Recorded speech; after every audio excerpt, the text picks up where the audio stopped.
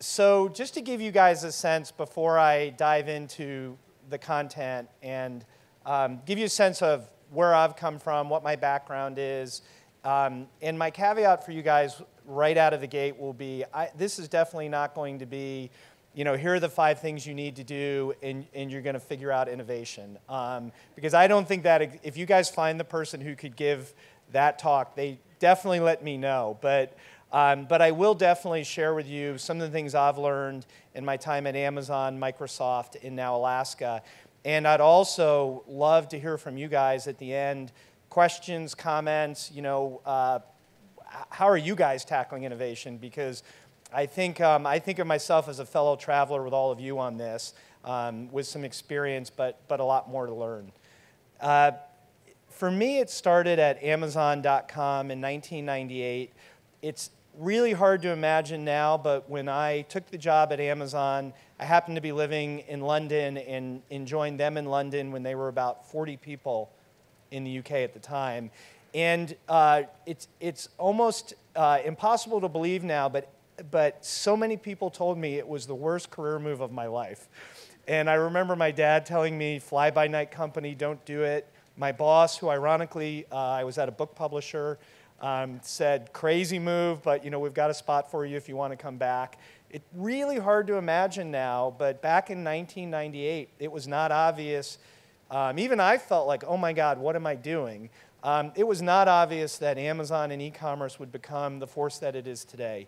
And I pause on Amazon a little bit because I feel like my 6 years at Amazon, which really taught me a few basic things, some of them around innovation that have just proven themselves over and over and over again. And I'll kind of hit on them as I go through this talk. One of the things, as Martha said, that is charming, but also I think true about Amazon, for any of you who have ever worked there or read about them, Jeff Bezos often says it's day one. And part of what's charming about it is he said that on day 1, and then day 2, and then day 2,000 and 4,000, and he still says it. And I think it's true. And I think that I remember managing an e-commerce site at Amazon in 1998, and I feel like the level and the pace of change that all of us are experiencing today is at least as much as was happening back then. So I really do believe in this idea that it's day one. One of the basic things that seems so obvious that it almost doesn't seem worth saying, and yet I think it is the most important thing, is this idea that Amazon and Jeff Bezos talk about, which is to start with the customer and work backwards. And I'll give some examples as I talk through it, and would love to hear some of yours too. But that was so fundamental to how we worked when I was at Amazon, and I believe it still is today. When I was there, it was about 12,000 people. Today, I think there's something like 60 or 70,000 people. But I think that it is just as true today as it was then. And literally, for any kind of new business or idea that we had that we wanted to go present to Jeff or one of the executives, we always started with the customer experience. That was literally, what customer problem are you solving? And I think it's important because I know every company talks about the fact that the customer comes first, but I think being a consumer of a lot of those companies, I think we would all agree that, in fact, that's not the case. And I think it's core to innovation. I'm not going to, I'll leave a little mystery and suspense around the two-pizza team. Some of you guys may have heard that term. It's just one of those simple concepts I'll come back to that has just proven itself for me again and again and again, and I think it's core to innovation. Microsoft, we all know what a great innovative technology company they are. Certainly learned a lot there. And then Alaska Airlines. Just like all of you, before I came to Alaska 2 years ago, I was a really happy customer of Alaska Airlines, although I'd never imagined working in the airline industry. Absolutely not on my radar screen. And one of the things that intrigued me about Alaska was, one, I loved them as a customer. I felt like Alaska had that same kind of customer obsession that Amazon has. And then just the title, when I was hired when they called me about Managing Director of Customer Innovation, that was just really intriguing to me. Like, that sounds like a really interesting job. I want to learn more. So I kind of want to go back about 80 years, which may seem like a weird thing to do in talking about innovation, but Alaska Airlines was founded by a guy named Mac McGee. And every day when I come to work, if any of you have ever been out to Alaska, I work in the McGee building, and it's basically the IT and the digital building, and it was named after Mac McGee, and I think that there's a reason for that. Mac McGee was, in 1932, a guy who was a miner, a dishwasher, a truck driver, a guy looking for work during the Great Depression. It also happened that he could fly planes. And not only could he fly planes, but he was willing to fly, he was called a bush pilot. He was willing to fly in 1932 to remote places of Alaska that no pilot in their right mind would imagine flying to. And so I raise that now because when I come to work every day and I go into the McGee building, to me, even though it seems so far removed from the world we live in today, to me that's the essence of innovation, the start of this company by people who were willing to do things that no one else dared do and kind of solve problems that other people didn't want to solve. To me, that is really the heart of what innovation is all about. So, as I mentioned, 80 years later, as you guys know, we're based in Seattle. Alaska's 13,000 employees. The core of the company, and when I talk about innovation, really the focus for me around innovation is really the customer. Alaska, employees at Alaska, and hopefully you've experienced this if you've flown with us, it's about doing a great job for the customer. So one example of that has been that Alaska has led the industry we're not the biggest airline for sure. We've led the industry the last 3 years in on-time performance. Another example of that is among the big carriers, the Americans, the Uniteds, US Air, Delta. Alaska has led in customer satisfaction for the last 5 years. That is in the core of the company. And as I talk about innovation, that's really, for us, what it's all about. Examples of Alaska as an airline, things that we've done that are really, to me, innovation. Going back to 1995, it's hard to believe, but Alaska Airlines was doing e-commerce. An airline of all industries to think about was selling tickets when Jeff Bezos was, I think, still in his garage. And I am certain that back in 1995, nobody at Alaska thought, man, this is going to be like 50, 60, 70% of our revenue is coming through this website that the 10 of us are building right now. And as we talk about innovation internally in things like mobile and social media that are growing quickly, there's a simple chart we have that probably all of you or your clients have, which is the percent of the company's revenue that comes from e-commerce. And back in 1995, it was like not even a full percent. And I just am certain that people were saying, what are you guys doing? What a waste of time. You should be working on something else. And it just goes like that. And then when you consider that mobile, as an example, is actually growing faster than internet penetration or any number of statistics you could look at, it tells you that that's going to happen all over again. And yet I know for a lot of us, we're still in the stage where at many companies that's still, I don't want to say a battle, but it could be an argument for resource. Why should we invest in this? It's only this big. And it makes me think back to 1995.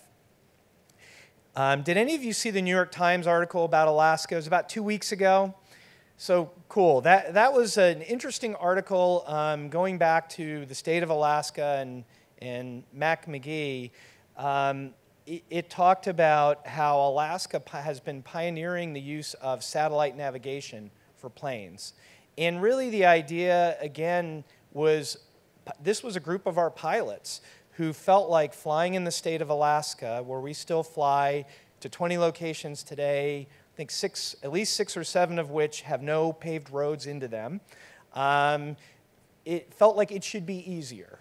And the only way to make it easier was to figure out a different way of doing things. And part of what the article talked about is the entire industry is now moving to this form of satellite navigation that these pilots up in the state of Alaska pioneered in the 1990s.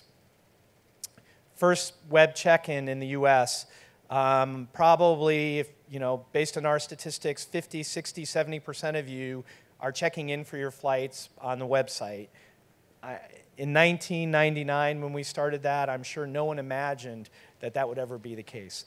But again, it's been the pace of innovation in the airline industry, just like everywhere else. So the areas that I'm going to talk about are really, really simple around innovation. One is just around what, which, and again, it seems almost so obvious that you wouldn't need to talk about it, but I think for a lot of us, whether you're working with a client or you're a brand, getting really clear on what you mean when you say that word is really important. The why, again, it may be that everyone in this room has drunk the Kool-Aid about why we should be investing in innovation, but I think that not every company out there is there. And then talk a little bit about the how, at least what I've learned, and some key takeaways. So what's innovation? Innovation to me is one of those words, and I know you guys had some sessions on big data earlier. I think big data is like a year or two away from this, but it's one of those words it's used so much, I think there's a danger that it almost doesn't mean anything anymore. And I think there's probably no company or organization on the planet that wouldn't say they're innovative, and yet we know that probably the vast majority of them aren't very innovative. And I've found even in my day-to-day work, when you talk about innovation, people have that means a lot of different things to different people. And so since I've been at Alaska, one of the things that was really important to me is to get really clear on what do we mean when we say innovation? Does it mean new technology? Is it a shiny object? What is it? And in particularly for our leadership. Again, whether you're a brand or you're an agency or a company working with brands, at the end of the day, the extent to which innovation will be funded, not funded, supported, not supported, part of that starts with getting an agreement on what it is. And we've picked a very simple definition, which is that innovation is solving a problem or providing value in a new way. It could be with technology, it could not be with technology. But whenever I'm in a room with a bunch of people and someone says, well, innovation, we want to do innovation here, then we start talking about what do we mean by that and solving a problem in a new way. Part of my experience around that is that innovation often, and this may even seem like a contradiction, but innovation is often born from constraint. I mean, when I think of Alaska Airlines, this was a company that was started by someone willing to do something that no one else wanted to do, which is fly around in the state of Alaska in the 1930s. And so when I was at Amazon more than a decade ago, I remember being in a meeting and Jeff Bezos saying, every book ever printed should be available to people on something, this big, with a click. And I'm sure most people in the room thought, okay, whatever, Jeff, that sounds great. And probably also thought, well, why bother? Because a book works pretty well. Why do you need to do something else? But I think it was a dissatisfaction with what existed. And today for Amazon, the Kindle, it's a huge business. And it basically started with a dissatisfaction with the way things were. So I wanted to give you guys a couple really practical examples of, in my world, when we talk about innovation, what does it mean and how do we think about it? Have any of you ever interacted with Ask Jen? Wow, okay, that's good. That's good to see. So Ask Jen, for those who don't know, is, we call it a virtual assistant. It's a persona on our website that you can type in a question about a flight, about a policy, about traveling with your pet, and Jen will answer you back verbally or text, whichever you want. And this started with a very simple need in our customer service centers. We had customer service agents, like a lot of companies, maybe like a lot of you guys, who actually had paper manuals. Or they had to get on their computer and click around when a customer would ask them a question. And it was really a search for an easier way to do that. It was as simple as that. And some thoughtful person came up with the idea of, well, why not have someone like us? Wouldn't that be cool if it was, a customer service agent? And we could ask questions and they would answer. And it ends up, that's doable. Somewhere along those lines, someone had an aha moment and said, this thing we're building is so cool, why don't we just give it to customers? And so in 2008, we were the first airline and really one of the first companies to have a virtual assistant like this. And we saw very quickly that calls to our customer service center started to drop. Thousands of calls. Now, we still get lots of calls to our customer service center, but a lot less than we used to. And we've had now more than 20 million questions that customers have asked Jen to help them plan their travel. One of the things that is, I think, in Alaska approach to innovation with Ask Jen is that when you guys, for those of you who have used Ask Jen, the woman, the picture is someone on my team. I pass her every day. Her name's not Jen, it's Janine. But every day I pass her and I think that's Ask Jen. And she's a young woman on my team. And the voice of Ask Jen is a woman who's a product manager who sits, about 20 yards away from me. And that's very much, for me, part and parcel of Alaska. It is to really inject the real human beings at the company into even our website. And we have someone who monitors the questions and analyzes it all the time to try to keep better, getting better based on what you guys are asking. So in a totally different area, maybe because Alaska is a Pacific Northwest company, I think in part because our customers, we're still West Coast oriented, our customers care about the environment. One of our goals is to be as environmentally friendly an airline as we can be. Now we're burning fuel today, so there's areas where that there are limits. But as an airline, we want to be the most environmentally friendly airline. And so again, it's really challenged the company to think differently. So we're the only airline in the US that has a wind turbine and a solar panels running an airport. Now we've started up in Nome. Has anyone here been to Nome? Wow, awesome.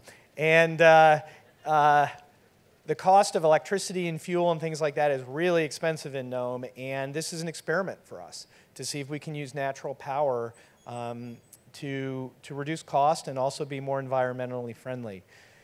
In 2011, Alaska really wanted to make the point to the industry that we could run on biofuel. And so Alaska ran 75 flights with real passengers using biofuel. And part of the goal was to really seed that and show it can be done. The cost today and availability of biofuel is such that you guys aren't going to get on an Alaska flight tomorrow that's powered by biofuel, but the company wanted to show it could be done. And we will continue to support moving towards more environmentally friendly fuel. A last example is, I'm sure you guys have seen the flight attendants on an Alaska flight, how hard they work when they're coming down the aisle and they have 2 bags. And they're trying to be extremely conscientious about putting recyclables into the recyclable bag. And I mean, I'm sure you guys can appreciate the flight attendants work so hard to begin with, and it adds another degree of difficulty to their jobs to do that. Interestingly, that actually came from one of our employees in our food group who felt like it was their obligation to reduce the company's kind of footprint. And now there are literally many, many tons of garbage from those flights you guys are on that are not sitting in landfills. And every time I get on a flight, and I don't know as a customer how much any of you notice it or not. I don't know that we've really even brought as much attention to it as we should. But I just look at how hard those flight attendants are working, and it's because of their commitment to the environment. But again, it's innovation. I mean, we're really the only ones today doing that. I obviously wouldn't be up here talking to you guys if I didn't think innovation was really important. But I've learned over time that it's not, particularly if you're at a more traditional brand, or if you're a company whose client is a more traditional company. It's one thing, I mean, I doubt very much you would interact with anyone at a company who would say they don't want to be innovative. But then that's different when you say I'd like $1 million, or I need 10 developers and a program manager, et cetera. That's different. And so that's where, for me at Alaska, number one was just getting clear on what is innovation. When we say that, what do we actually mean? Are we all on the same page? And then the second thing is, why do we need to do it? And we talk about this a lot. And in my view, it's actually, it matters more now than ever, and I actually don't think it's a choice. I remember, in the late 90s, working at Amazon when book publishers wouldn't return my phone call. And, the force in the retail industry were the Barnes & Nobles and the Borders. And they were kind of the big guys on the block. And it's amazing how much that's changed. I was in Manhattan last year and walked by one of the big flagship Borders, and it was closed. So I think there's an opportunity and a threat. But I think that's the threat that we all face. And what I say when I'm talking to our leadership and asking for funding or support is I believe the Apples, the Amazons, the Googles, they are innovating at a ferocious pace. I mean, I've certainly talked to executives at retailers who will, confidentially say they're horrified, of Amazon.com because of Amazon's ability to innovate so quickly. And that's extremely daunting, I think, for a lot of us. I think that the connection I make between, because you could say, well, gosh, we're an airline. We're not competing with Apple. We're not competing with Amazon. Why do we need to worry about that? I think for all of us, I know every customer that comes to my website every day has shopped at Amazon.com, and that's the definition of what e-commerce is. And so I know that's the bar I'm getting held to every day when a customer shops or doesn't shop with me. I know that my customers are using iPhones, and when Apple introduces... Is everybody okay? I don't want to be rude if someone's injured. No, I think we're good. Okay. All righty. Anyway, these companies are definitely setting the pace for all of us, and I think the reality is for most of us, the rest of us, trying to keep up with these guys is really hard. I think we are racing to keep up. I am going to talk a little bit about mobile in a minute, and I feel like I cannot innovate and create capabilities for my customers using mobile as fast as they want it. And I think that, it's amazing to me to see the big traditional companies out there now saying innovation is a must-have. It's a mandate.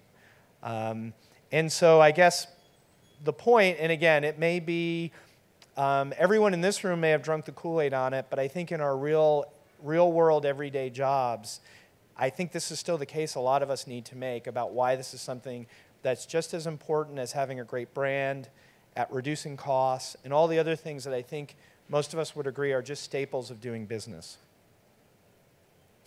And I think one thing I try to keep in mind when I think about that, because I really think that's a very daunting, that what I was just talking about, it's daunting for every company. And I think in one regard we are very lucky being in the Pacific Northwest.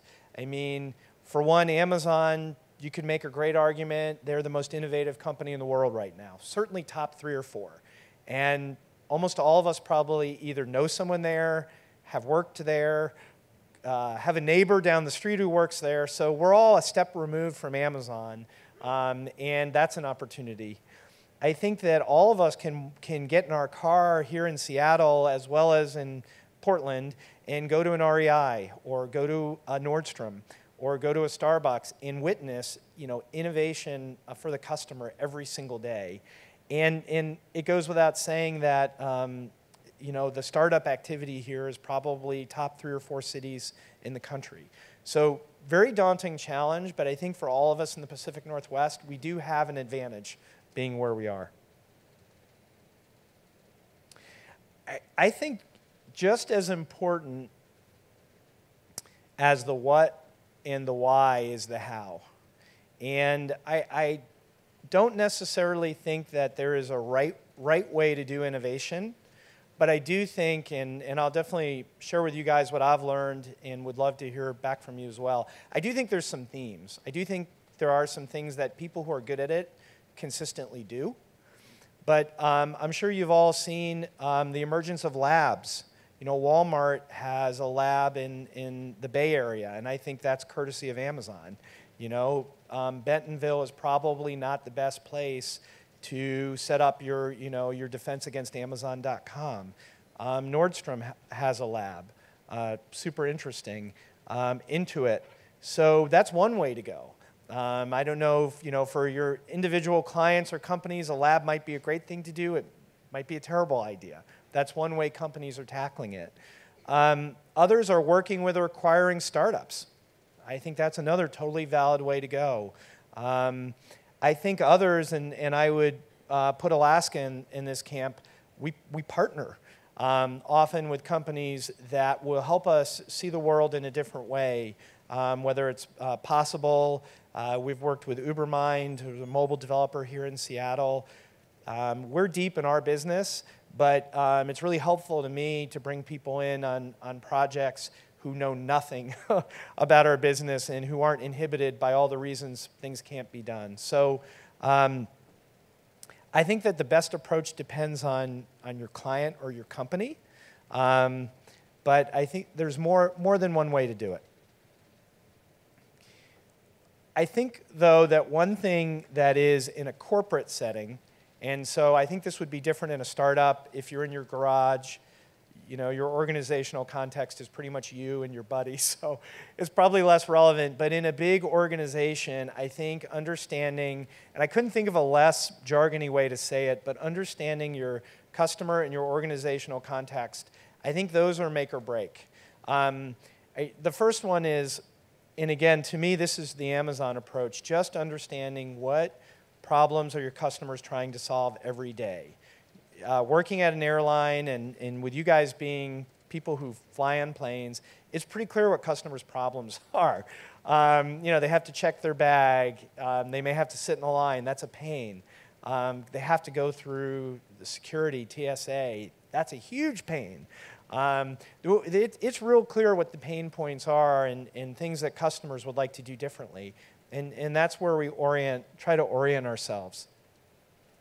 But I think where innovation efforts in big companies can succeed or fail is whether they get lined up with what the business model or the strategy of the company. I think that generally speaking, at least from what I've seen, innovation for its own sake, innovation group, innovation team, in the end, if the outputs from that team or group aren't aligned with what executives are waking up in the middle of the night worrying about, in the end, the funding, the resourcing, all the things you really want to move the meter aren't going to happen. And so, I think, and I've certainly seen it in my interaction with agencies and vendors that I work with. Some take the time to really understand, what's Alaska Airlines all about? What's the reality of being an airline? Well, customers like really low-cost flights. That means costs have to be really low. If the concept of low costs isn't appealing to you as an agency or a vendor, it's not a good industry to get involved in. I think also understanding the culture of the company. So you guys, all of you, can make the assessment on, geez, how hard is this going to be? You know, who do I have to go convince? Who's on my side? How fast can I go? When I was at Amazon, the idea of failing fast was really obvious.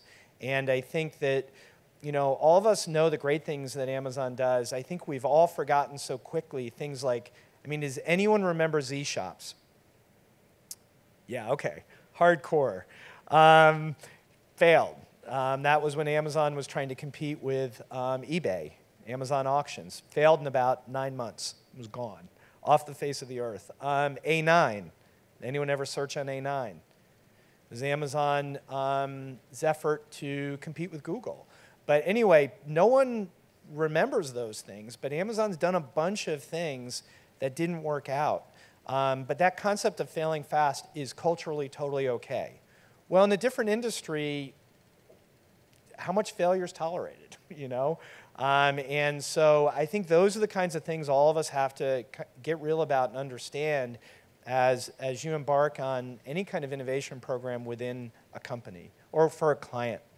And certainly in my time at Alaska, that's been a key part, is understanding what purpose will I serve via innovation that fits with our business. So I'll talk a little bit about one of the ways that there's a few ways we approach innovation at Alaska. And I would say it is definitely not an end point. I would say we are at a point, just like everyone else, on a journey. I think if I came back and talked to you in a year, I will be telling you something different than I do now. Like a lot of companies, we started an innovation team. It's not a new idea. We're not the first company to do that. And it's really a combination of a few dedicated staff and then kind of a grassroots effort. I think because of who we are, because of our the company's history and kind of what's in its DNA, there is an appetite. Employees are willing to go work, and I'll give you some examples, in their spare time and innovation. They're just passionate about it. And so we try to start with a problem that we're trying to solve, a customer problem. One of the things that's been most successful for us is when we get a cross-functional group of people together. By that I mean that innovation isn't just, for us, a few developers and a designer in a room. It's flight attendants or someone from our cargo team. It could be mechanics, people working on the ramp. Where we have the most success is when we get that cross-functional group of people together and we orient around trying to solve a problem they have. Create a prototype. I'm sure you guys some of you have heard of the minimally viable product, or what's the most, it's a lot easier to show your sponsor or an executive a thing than a picture on a PowerPoint slide. And so we try to get to a prototype because that seems to convince people and win people over more easily.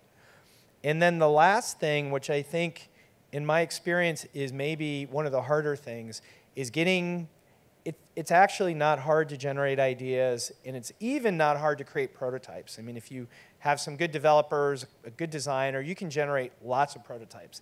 Then how do you get that actually into, an operational part of your business? When I was at Microsoft, Microsoft spends billions of dollars in R&D, and they called it tech transfer. How do we take this really cool stuff we developed here and then get it into Xbox? And I think that's one of the challenges for companies because, we all know that the operational businesses, they've got their 2 or 3 things they're heads down trying to do. They don't really necessarily want to take a step back and integrate something that an innovation team came up with. So I think that that's one of the challenges that we all have to overcome as we think about doing this. I think like anyone who embarks on some level of innovation earnestly, what you find is you do some things where you learn, but you wouldn't really call them a home run. And then you have a few things that really pay off. And just like everyone, we have that mix of things. And these are just a few examples of things that we've done, with QR codes, fit with our We have a Facebook app. The middle one is probably, I think, one of the more interesting ones. And the idea behind it started with the fact that all of our customers have mobile phones. They all have access to text, whether they download an app, whatever operating system they have. And from a development perspective, it's really, really easy compared to developing Android apps and iPhone apps and iPad apps. Doing things with texting, relatively speaking, is fast and inexpensive and easy. And so we looked for, are there things we could do here? And our cargo business said, well, as a matter of fact, yeah, definitely you could. And we created a prototype for them that they went out and launched. And now our cargo customers, which might be a company in Alaska shipping thousands of pounds of frozen fish, can text a number and get information back about their shipment. As simple as that. So that was an example where we started with an idea, something we thought that technology was capable of doing, and then matched it up to a problem that one of our businesses was having. And it was really successful. I want to talk about mobile for a minute.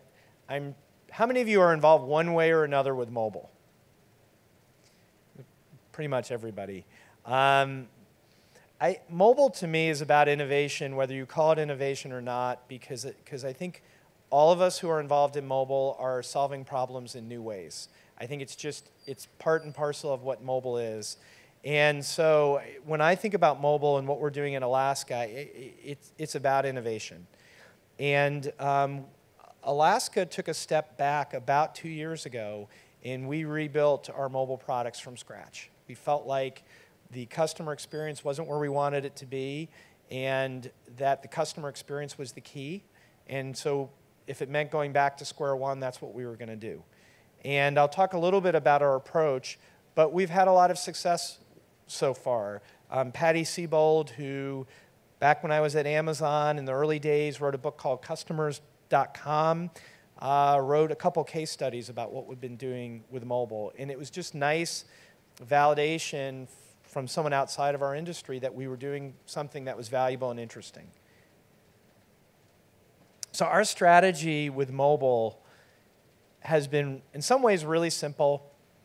Focus on the customer, constantly getting feedback from customers in a number of ways, whether it's observing them in the airport, surveys, all the normal means you guys use, to understand what problems are they trying to solve. And then we got really focused. Probably like all of you, I've got all kinds of stakeholders who have their feature they want in mobile. And we agreed very early that we wouldn't create a Swiss Army knife, that we were really going to approach what Alaska did with mobile apps and our mobile site the way Apple thinks about just the most important things, not everything. And so we got our focus around the customer's day of flight. What are the key things the customer wants to do that we can really help out with mobile devices? I think a second thing for us, and for those of you who are a startup or you're a tech company, you're already acting like a startup, so this won't really apply to you. But for a more traditional company, I felt like to move at the speed that we needed to move in mobile, because it's changing so fast, we almost had to start totally from scratch. And so we literally created what I had referred to earlier as a two-pizza team. How many of you have heard of the two-pizza team? Okay, so at Amazon, there was a point where Bezos had the idea that the way to get things done really fast was with small teams. And the idea was simply, two pizza teams kind of catchy, but the idea was a number of people that could eat 2 pizzas and no more. Now the reality is, at one point I managed probably a 3.5 pizza team. So it's not literally 2 pizzas, but the idea was small teams. And so when we kind of restarted with mobile at Alaska, we started with a 2 pizza team. And I got them their own conference room, which was incredibly unpopular and got grief all the time. I wouldn't let anyone else in it. But the idea was I felt like there was a period of time that we almost needed to protect them from all the ways we were used to doing things and start from scratch. and that's what we did. And it's, I had said earlier that I learned a few basic things at Amazon that have just proven themselves over and over again to work really well. And this was one of them. So about a year ago, or a year and a half ago, the team was putting out about 2 releases a quarter. The ability for customers to check in on their app, or the ability to see where they are on the upgrade list. Just by continuous iteration, this small team, which is small enough that they all fit in a room, so the developer, if has a question, the product manager is just right there. It's not 40 people, it's not another department, it's not another building. They're now at about 7 releases a quarter. This year, we'll spend about 1/3 of what we spent 2 years ago. We're doing a lot more for a lot less money. And the idea really was this idea of a 2-pizza team. These guys, I don't know how many of you are, any developers in the room? No, okay. Well, anyway, some of the things they're doing technically are really amazing, because the product manager who has the idea and the developer who's writing the code are just sitting at the table together. And you'd be amazed at how powerful that simple thing is. And so I feel like now I have a little startup in this, $4+ billion company churning out things our customers want, which I think is important, because in areas like mobile, I think speed is a huge differentiator. If your client or your brand is only updating your apps every 6 months, I think you're going to, honestly, I think you'll fail. It's just moving way too fast for that. And so this idea of acting like a startup becomes really important. The other thing that I think is so simple but so critical is, have any of you guys heard of The Lean Startup? It's a great book if you haven't read it, but part of the idea behind it is, as an organization, if you can outlearn your competition, if you can learn faster than your competitor, which is something that Amazon's really, really good at, that's one way to win. And with mobile, I feel like we really are, whether it's mobile advertising or branding or actual product management, I really think we're in 1997, 1998 with e-commerce websites. I think we don't even know 1% of what we're going to know 5 years from now about mobile. So the ability to do things quickly, get feedback, measure, study. For any of you who have mobile apps or mobile websites, I wouldn't be surprised if you're seeing 100%, 200%, 300% growth in your metrics year over year, which means every week is meaningful. And just learning quickly becomes important. And then I think, I thought this was a great quote from one of the execs at Pixar, which was really about, doing something that scares you. And I think that, again, depending on what that means is going to depend on your company or your client. There's different levels of scariness, that are culturally appropriate. But I think it's important. And an example for us was last year, we're a Pacific Northwest company. Microsoft came out with Windows 8. We know we have thousands of Microsoft employees who fly in us and who would be using Windows 8. We wanted to have a Windows 8 app. Wasn't really on my roadmap, didn't really have the resource to do it. Microsoft very kindly offered to partner with us and put some developers in the McGee building, in the Mac McGee building, with some of our developers for 5 weeks. And whatever you can get done, that's what you're going to get done. And I felt like it was something we needed to do. And so I remember telling my boss and even my boss's boss that, my palms were totally sweating. We could fail. We just could fail. We had never built an app for a consumer in 5 weeks. We'd never done it with a combination of us and people from a totally different company we'd never met before. And there was a good chance we were going to fail. And when I got the team together to talk about, okay, we're going to do it, we're going to go do this thing, you have 5 weeks. And I think when I told them they had like 4 4.5 weeks. It wasn't even a full 5 weeks. It was really interesting because about half the people, I just saw a look of complete horror on their faces. And then the other half, I saw this incredible excitement. And we had a developer that stayed up till 3 a.m. the next morning and came in the next day and said, hey, Curtis, I have a prototype. I was like, what are you talking about? We just had the meeting kickoff yesterday. He's like, no, I stayed up all night and I did a prototype. But the point was, I felt like, okay, we're on to something, because half the team didn't think they could do it, and if that was the only team that I had, then we definitely were not going to do it. But we had a few that thought they could do it, and also had an incredible passion around doing it.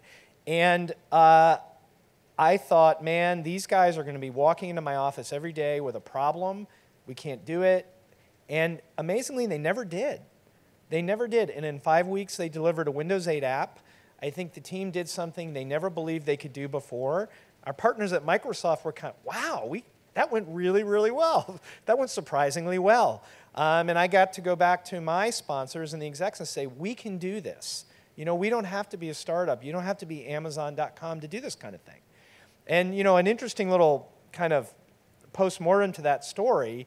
So, I don't have any resource to build out the next phase of this thing. And when people ask me that, I say, yeah, I don't have a roadmap. Like, we're trying something we've never done before. And someone came into my office yesterday and said the developers are ready to, they want to do X, and they are swearing they will stay up all night, they will work weekends to do it.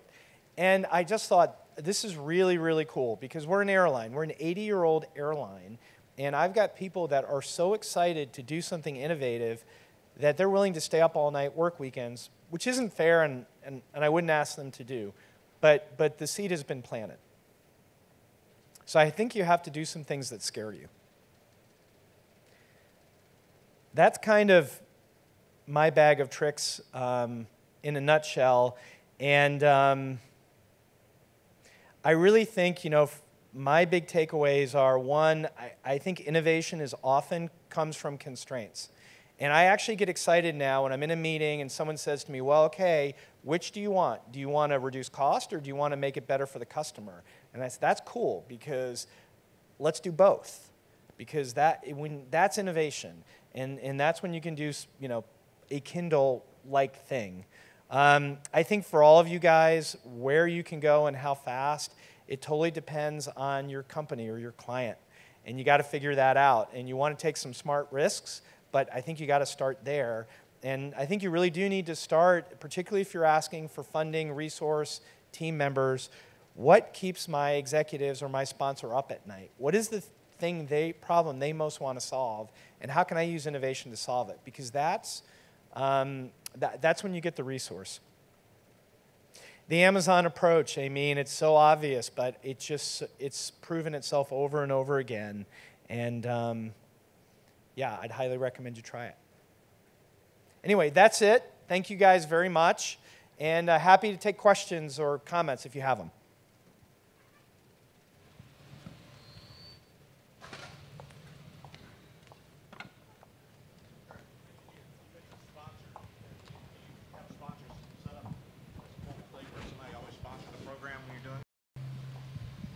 We do, and I think, can you repeat the question? Yeah, sponsorship. Who sponsors you? Do you have a formal sponsor? I think one of the things that we learned at Alaska is going and doing a grassroots thing is fine for a while, but you don't really get very far, because you need, in the end of the day, to do something meaningful to the customer, you need resource, and to get resource, you need a sponsor.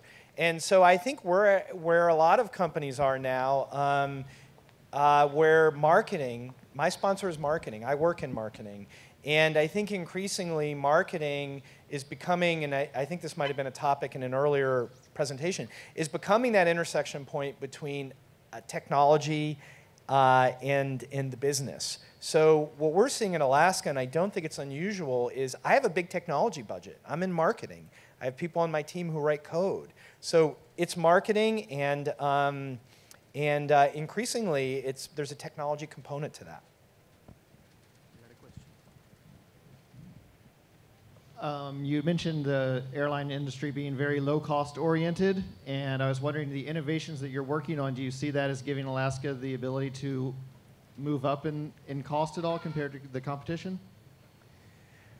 I think innovation can solve a lot of problems, and there's certainly there are things that Alaska does that are innovative that help them keep their costs down. The satellite navigation that I mentioned earlier, the New York Times story talked about how Alaska's actually saved millions upon millions of dollars because the flights are more reliable and they don't get delayed by storms as frequently. So that's an example of an innovation that has driven costs down. I think that in terms of thinking that innovation would, for instance, enable us to raise prices, I think a brutal reality of the airline industry is consumers they want low prices, period. And our Walmart is Southwest. And so I think that we don't look at innovation as a way to raise our costs by having a better product. But in my part of the business, we do really look at it in terms of making customers happier. Sorry, over here. How do you balance innovation with customers or clients or stakeholders that are resistant to change? That's a great question, and I think that is, to me, the single fundamental problem you have to solve with innovation. I don't think innovation's about, we all have access to great technology. It's a lot easier today, in fact, than it was years ago with cloud storage, and you don't need to have a ton of money. It's culture.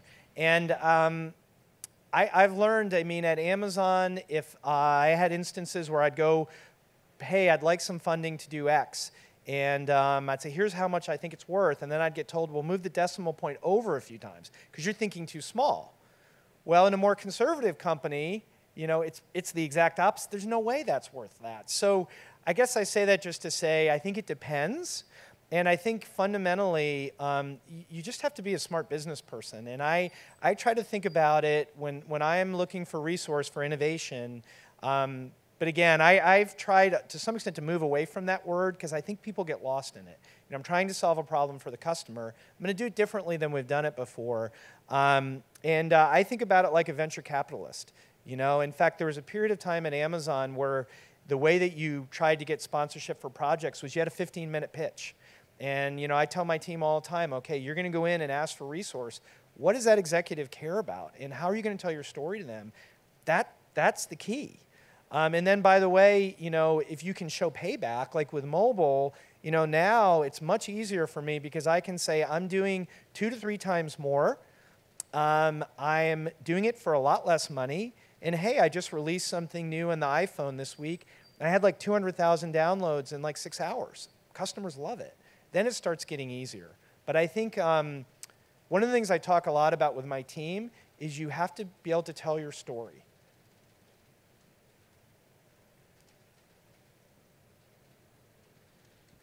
Yeah, starting backwards, starting with the customer and going backwards, as you say, and given your consistent performance of the last 5 years and satisfaction ratings, have you ever done the research and the math on what a guarantee would look like in the airline industry?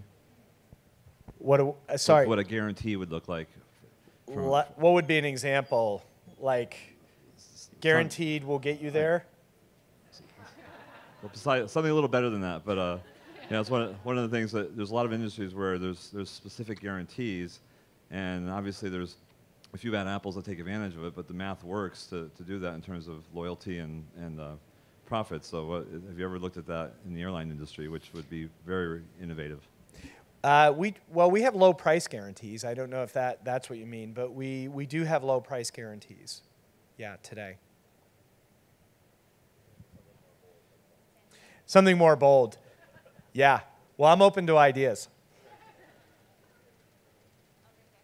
Sure. Oh, and you have your 20-minute baggage claim guarantee. You have your bag in 20 minutes. You yes. Get, money. Yes. I was just wondering, because, I'm Alaska Airlines Gold. I'm a slave to you guys. And if you could just give us a sneak peek of anything that's coming. Wow, that's a sneaky question. Well, we have a group of you guys that I meet with every few months. We have an advisory board of golds, and it's one of the ways we get feedback is we bring things to them and say, here's what we're doing. What do you think? We've been working on, I don't know if you've seen this yet, one-way awards, making it easy to do that online with our partners. That's been a huge pain point, I know, and we just launched that with Delta and American today. I think that we're growing. We're in growth mode. I think we will be flying to more places than we are today. Because the company's had a lot of success, I think we feel like we've earned the right to have some growth. Lots more coming in mobile. We're just getting started, so stay tuned. Lots more coming there. And I think the whole area of in-flight entertainment, I think, is ripe for change and improvement. And so I think that will come over time, too. Hope that helps. Hope those sound good. Hi. I appreciated you connecting with me online. And one of the P's in marketing is the price, and follow up on the cost question. There's the groups like Fair Compare that are trying to game your system, and anticipate prices.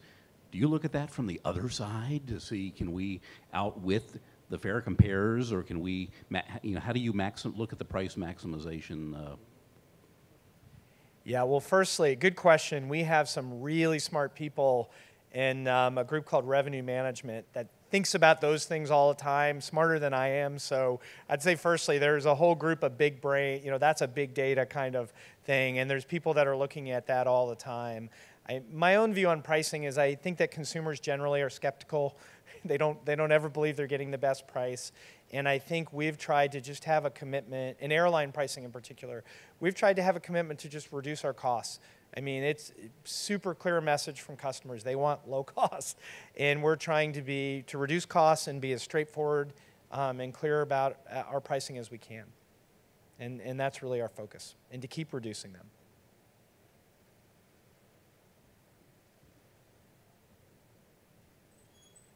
Thank you, Curtis. All right, great. Enjoy happy hour. Thank you.